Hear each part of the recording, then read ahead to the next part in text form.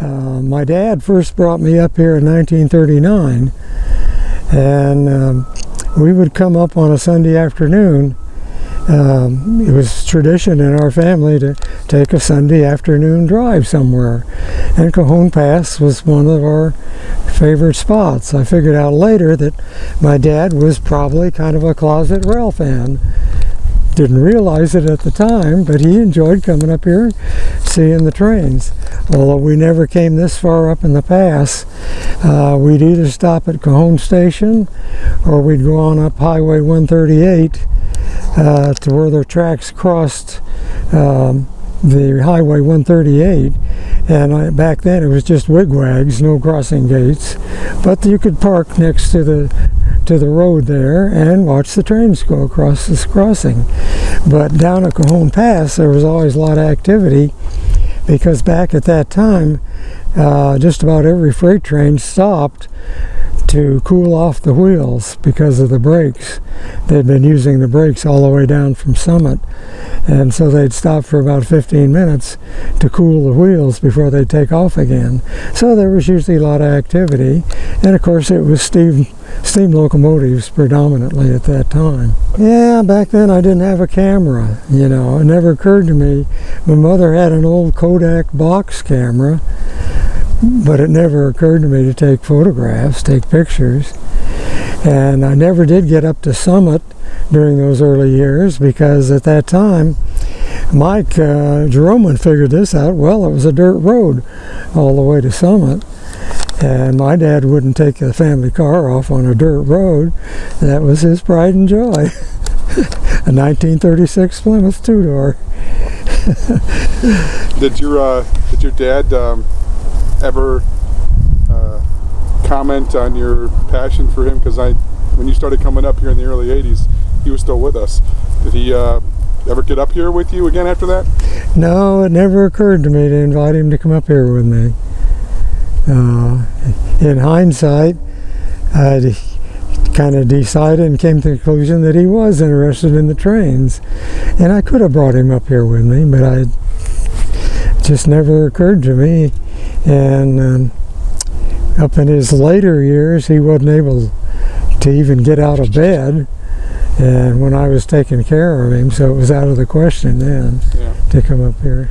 Well, I was working at Highland Farms Market there in Highland at the time. I was the store manager, and I think it was along about maybe 83 or 84.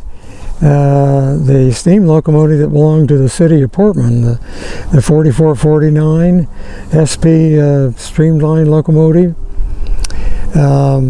it was pulling a string of passenger cars, all matched cars, daylight in the daylight colors, to the World's Fair in New Orleans.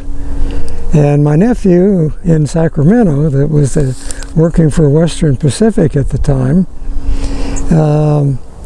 and he's a rail fan, was a rail fan, he's retired now. But back then, he was still rail fanning. And he got in touch with me and said that the 4449 would be coming through West Colton. Why don't I get out and take some photographs of it for him when it goes through? So, okay. So that's what I did, and it came through West Colton, and then I chased it up San Mateo Canyon Highway, San Tim, the rail fans call it. And while we were chasing it, it had a bearing with the side rods on one side of the locomotive. So they stopped to lubricate the side rods. And so while it was stopped, I got out of my truck and walked all around it, took photographs. Didn't have a video camera at the time, but did take some photographs. And so that was when I kind of got interested in trains again. And that was my introduction to steam locomotives again. What was your first favorite spot out here when you came back out here? Did you have a certain spot that you came right back to and said, well, this is before the hill? Not necessarily. This was a nice spot, but of course there was no shade. In fact, there was no shade anywhere in the Cajon Pass, but I also like Sullivan's Curve, which is probably the most scenic spot in the entire pass. And because of the time of day didn't matter, there was places where you could take photographs and have good light any time of the day by moving around the Sullivan's Curve. And of course that was where I met Mike Jeroman too. I took a lot of pictures when the 49 came through, and that got me interested in steam locomotives again. And so then I became involved in the San Bernardino Railroad Historical Society, whose object in life was to restore the Santa Fe 3751 steam locomotive, which sat in the park there in downtown San Bernardino, right near the depot. And one thing led to another, and I ended up on the board of directors. And that kind of, encouraged me to get interested more in all the trains. Yes. Oh, I came up in about probably 1988 and discovered the hill here. I liked to come up here at that time to take train pictures. And there was just a little narrow pathway all along the crest here.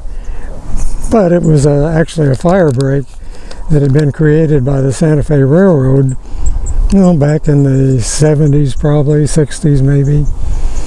And but it was wide enough to drive up here, and I'd park up here and I'd take train pictures, and did that for several years.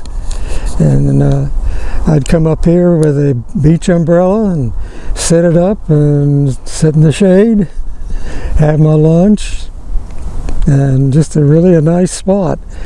In the summertime it was terribly hot, but in the shade not too bad. And one time, I think it would probably have been back in about 1991 or 92 early, I was down at Sullivan's Curve, and I met Mike Jeroman. Mike had a big black dog with him, pit bull. Friendly dog though, but pit bulls don't have a good reputation in California. But the dog was friendly, and so I told Mike, I got acquainted with him, and we met several times down there in that area. And I told him about this spot up on the hill, and so he came up here with me, and that's how we got acquainted.